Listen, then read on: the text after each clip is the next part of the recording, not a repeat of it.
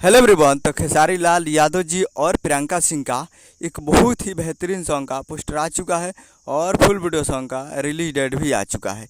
और इस गाने को लिखे हैं कृष्णा बेदर्दी जी और इस गाने को गाए हैं खेसारी लाल यादव जी और प्रियंका सिंह जी।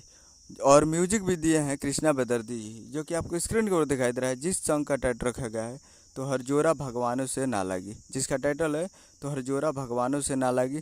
और वीडियो में है खेसारी लाल यादव जी और रति पांडे जी, फिट में है रति पांडे जी। और ये एक मूवी का सॉन्ग है जिस मूवी का नाम है रंग दे बसंती। और इस मूवी का काफ़ी बेहतरीन और ये मज़ेदार सॉन्ग है ये।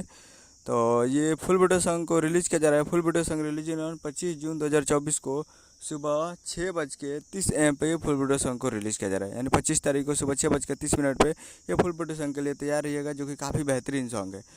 तो यही अपडेट था। उम्मीद कर रहा हूँ कि वीडियो चला चैनल को सब्सक्राइब करें, बेल आइकन ताकि से साइल लिया तो कल लेटेस्ट नहीं आता है। वीडियो चला वीडियो को लाइक कीजिए, चैनल को सब्सक्राइब कीजिए। ये सारे के म्यूजिक पे तैयार रहिएगा।